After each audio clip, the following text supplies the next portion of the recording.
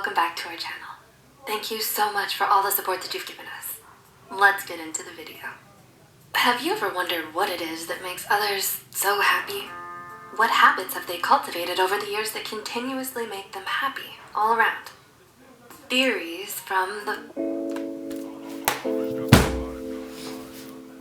The biggest misconception that most people have about happiness is that they assume it's like a river or a well or a lake that's endless, continuous, and once you find it, you never run out of it. But that's not how happiness works. You can't work towards finding that constant, stable flow of happiness into your life because you'll never find it. No one ever will. There will never be a person that is constantly happy. Never.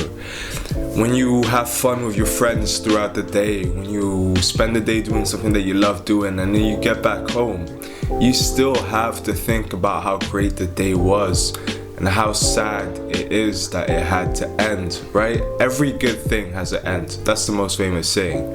And so happiness is not like a river. It's like bread, right? You eat the bread before it molds, before it rots. Happiness is like that.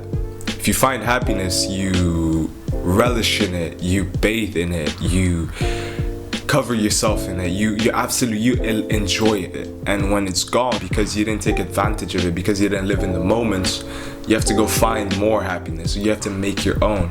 It's exactly like bread. When people tell you that if you get married, you'll always be happy with that person. If you get this job, you'll always be cushy. If you have X amount of money, you'll always be happy. Always. That's not true. Because the grass is always greener on the other side. You always want something more, which is why you'll never be satisfied. And if you're never satisfied, how could you be happy? Because happiness is about satisfaction in the moment, but satisfaction overall in life is unachievable. That's why humans have evolved for thousands of years. It's because they're never ever satisfied with what they've achieved, with what they've gotten.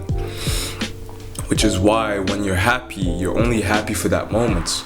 When you're drinking with your friends, when you're eating a really good meal, you're like, wow, I hope I can do this tomorrow.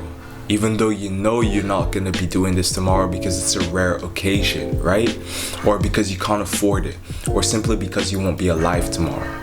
That's what happiness is. Happiness is finding little breads and eating them before they rot, before they mold, before they're taken away from you by nature. That's what happiness is. Finding happiness, it's not easy, but it's not hard either. See, most people are intimidated by the process of making bread. But making bread is a lot of hard work, but when you finish the product and you eat it, it's so rewarding. And that's the way that happiness is. If you're happy with the way you look, you work towards it. If you're happy with the way your grades are, you've worked towards that. If you're happy with your financial situation, you've worked towards that.